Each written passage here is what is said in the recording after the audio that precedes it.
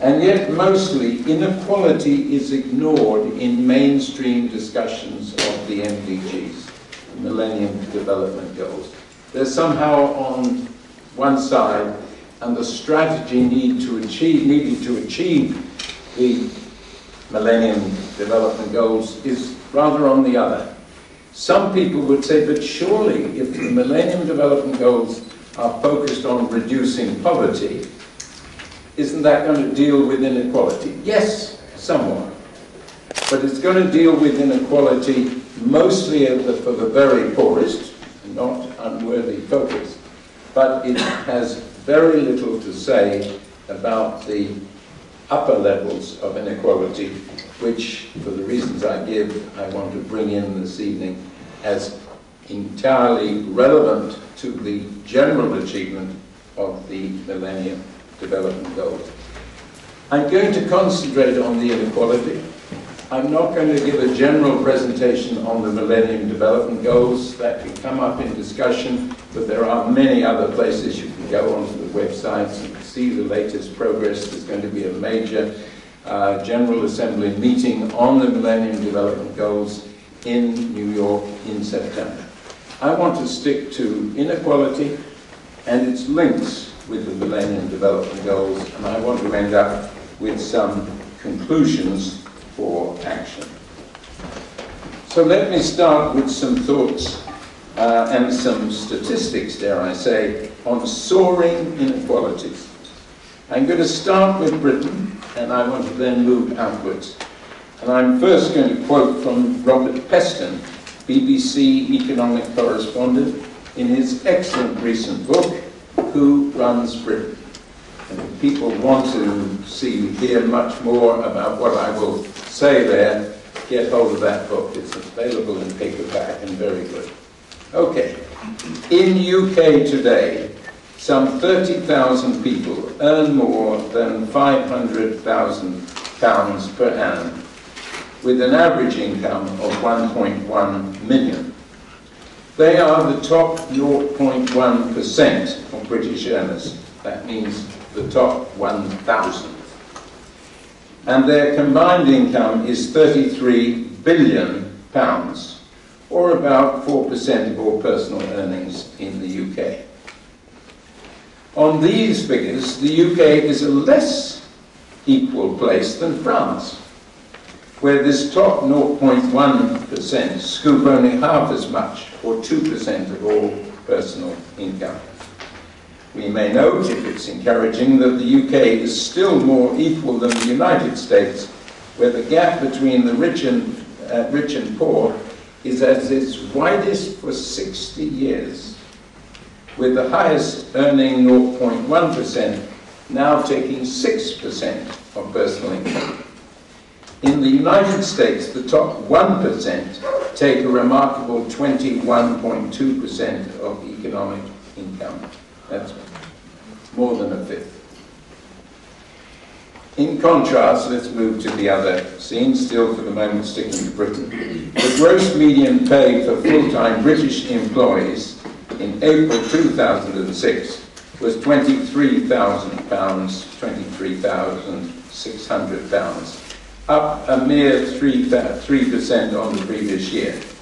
So the typical FTSE boss earns 70 times what the typical employee was paid. And just 1 year's pay rise for that typical boss was £400,000, equivalent to 17 times the total pay of a typical employee.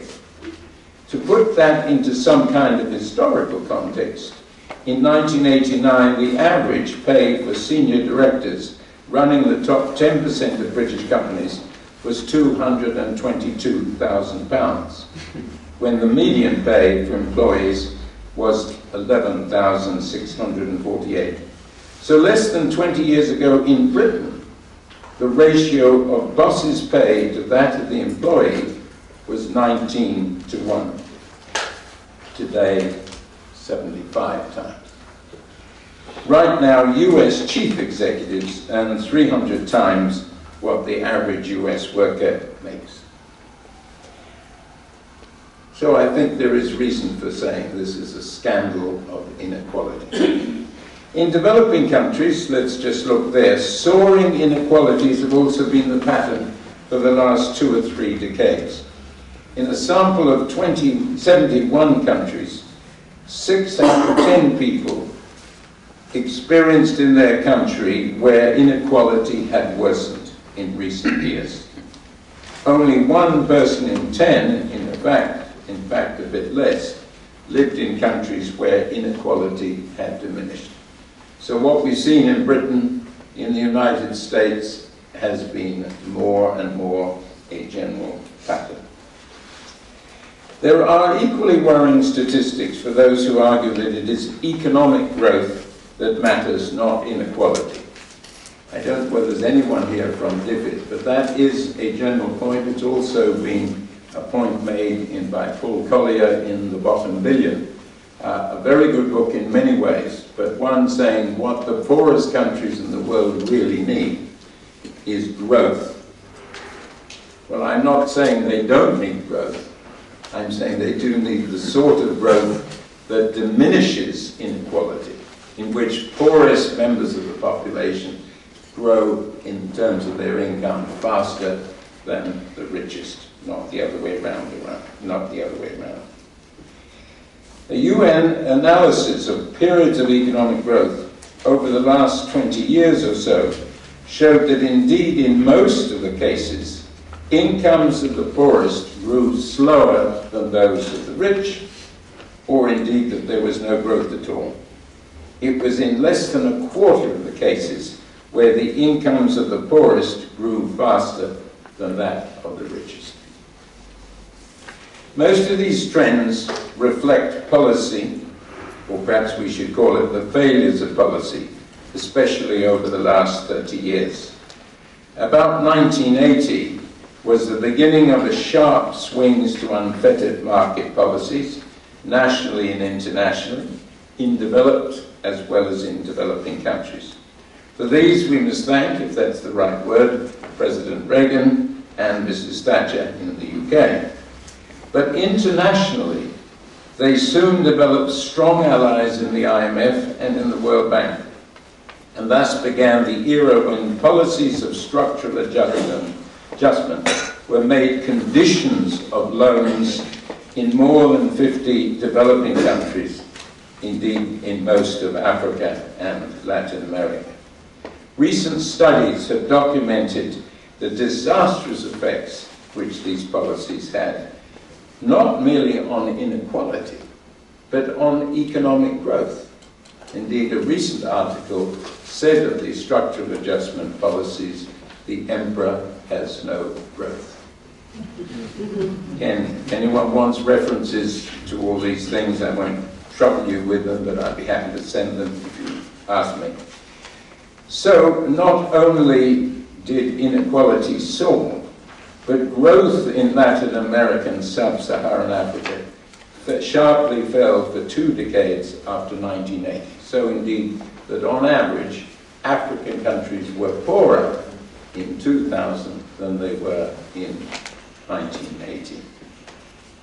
What a contrast with 1945 to 1980, when inequality often declined in many developed and developing countries, and indeed where there was better growth for developing countries, at least in Africa and Latin America, over that period than subsequently since 1980.